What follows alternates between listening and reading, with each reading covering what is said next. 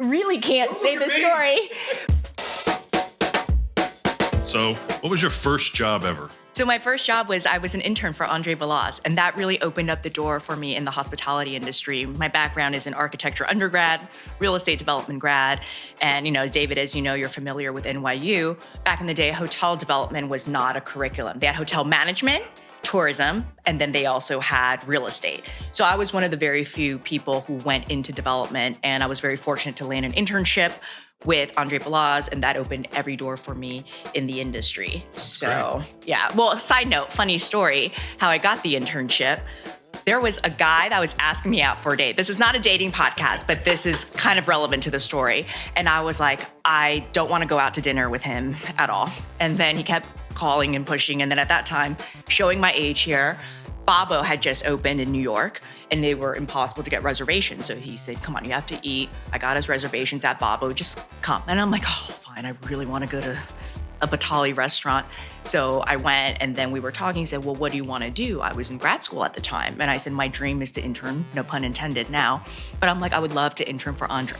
And he said, my best friend works there. And that changed the trajectory. Did you get a second date? Nope. No.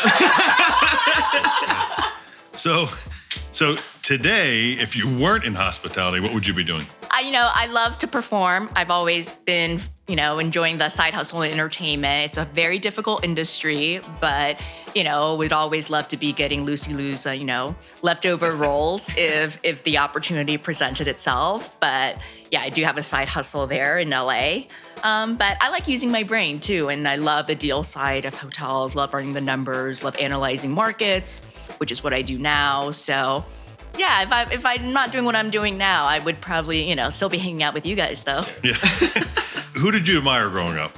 I didn't know if I admired him growing up, but in reading his book recently, it came out maybe 4 or 5 years ago, Nobu.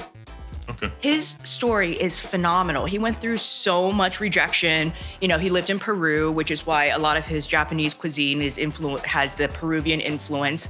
And then he kind of sidetracked into hospitality in general. And then he had the support and backers of a lot of celebrities who loved his properties and helped him grow into hotels.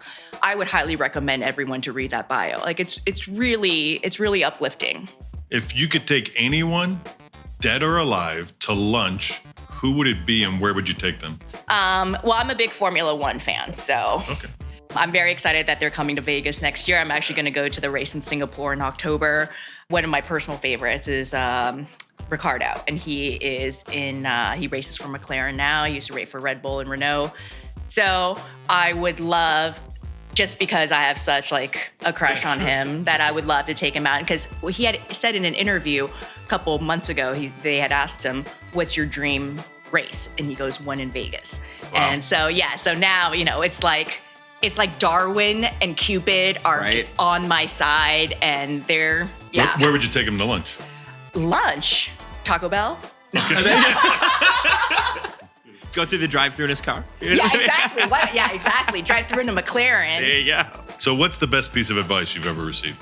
Best piece of advice, don't take yourself too seriously. The world is a complicated place, and you want to be a good person, and you want to, share your experience and your insights, and, it's not worth being petty about a lot of things. And if you take yourself too seriously, not worth it. That's me. Do you have a secret talent that nobody knows you have? Oh, yes, I do, actually. This one is actually, I'm an amazing parallel parker. So I grew up in the South. So I've been driving tractors and drinking beer since I was very young. And people are amazed. This was again, I'm showing my age. This was before cameras, back cameras.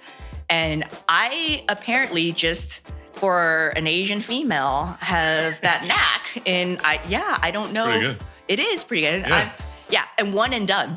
What's the most difficult thing you've parallel parked? Well, I have a small car, so. So we know it's not parallel parking, but what scares you? Well, oh my gosh, what scares me?